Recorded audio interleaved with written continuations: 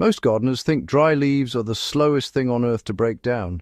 They pile them up, wait months, sometimes a year, and by the time the compost is ready, the next gardening season is already here. But the real problem isn't the leaves.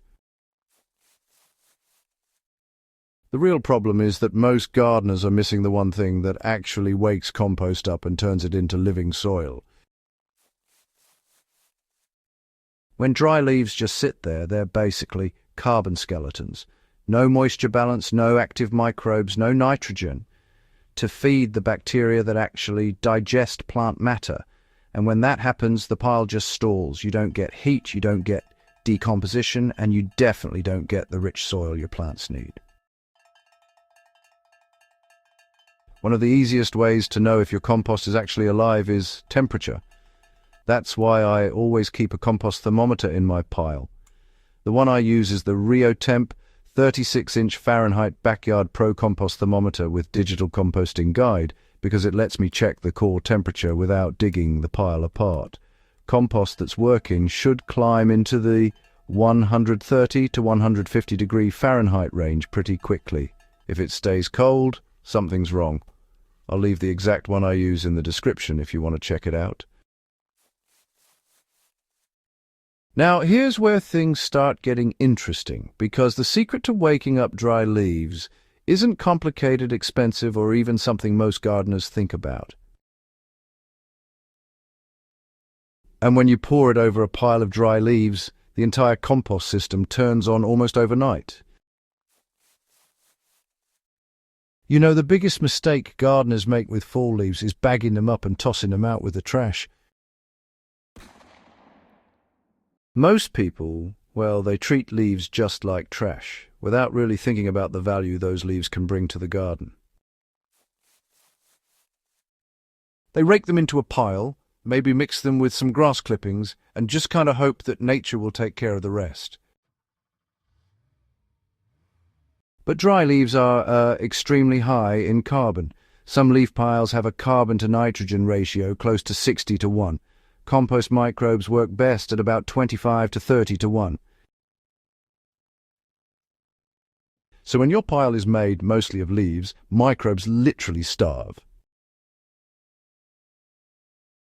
They simply don't have enough nitrogen to build proteins and multiply. And that's why, the pile just sits there doing almost nothing. This is where, honestly, most gardeners are given the classic advice: just add kitchen scraps. That helps a little, sure, but it's slow. Scraps decompose unevenly and, well, they don't always distribute all that well through the pile. So there's actually a much faster way to jumpstart the biology. The liquid that wakes up dry leaves instantly. What really activates a leaf pile is a nitrogen-rich liquid that, carries microbes directly into the carbon material. The simplest version of this is honestly something many gardeners already have: diluted urine. Now, before folks click away, here's the reality. Urine is mostly water, it's sterile when it's fresh, and honestly, it's incredibly rich in nitrogen in the form of urea. Farmers have actually used it as fertilizer for centuries, since soil microbes can convert it really quickly into plant-available nitrogen. When you dilute it about 10 parts water to 1 part urine and pour it evenly over a dry leaf pile, well, something pretty remarkable happens. Microbes suddenly have moisture, nitrogen, and a whole lot of surface area to work with. That's when decomposition explodes. The leaves soften, bacteria multiply, fungi move in, and the compost pile starts heating up. In my own raised bed garden, a coal leaf pile that was sitting at 70 degrees Fahrenheit jumped to 135 degrees within 2 days after this treatment. That's when the biology is working, Moisture is the second half of the equation most gardeners miss, honestly. Nitrogen alone isn't enough, not by a long shot. Dry leaves repel water at first, almost like paper. If you pour liquid too quickly, it just runs through the pile and disappears into the soil underneath. The trick is layering and soaking gradually. When I build a compost pile with leaves, I add about 6 inches of leaves, then spray them until they feel like a wrung-out sponge.